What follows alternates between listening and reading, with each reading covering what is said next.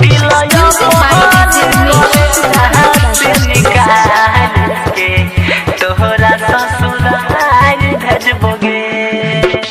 नया साल के नया उपहार देबोगे, नया साल के नया उपहार देबोगे, उपहार देबोगे।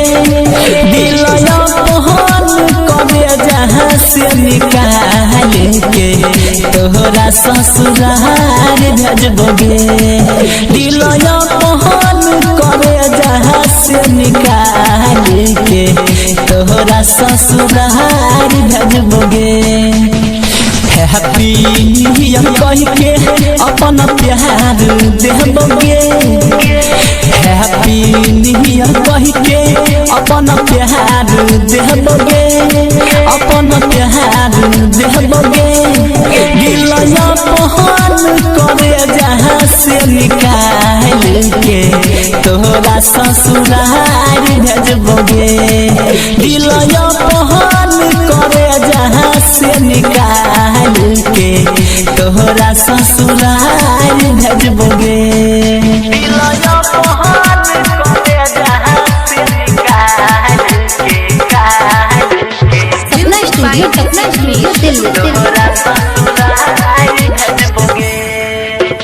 परम दबन की अपन दुनिया उजारी देतोगे, राइटर चंचल अपन दुनिया उजारी देतोगे, उजारी देतोगे।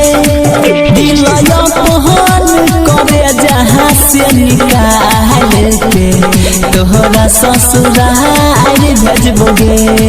दिलया पहाड़ करे जहाँ से निकाल के तोहरा ससुराल भेजबोगे।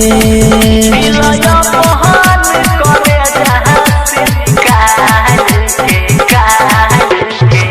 सपना स्टूडियो दिल्ली। तोहरा ससुराल भेजबोगे।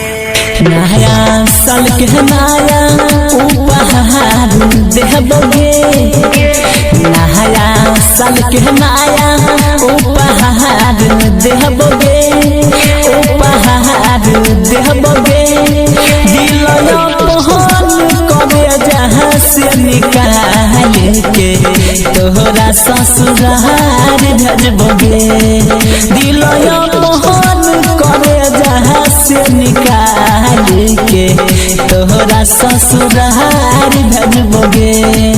तोहरा ससुराल भेजबोगे।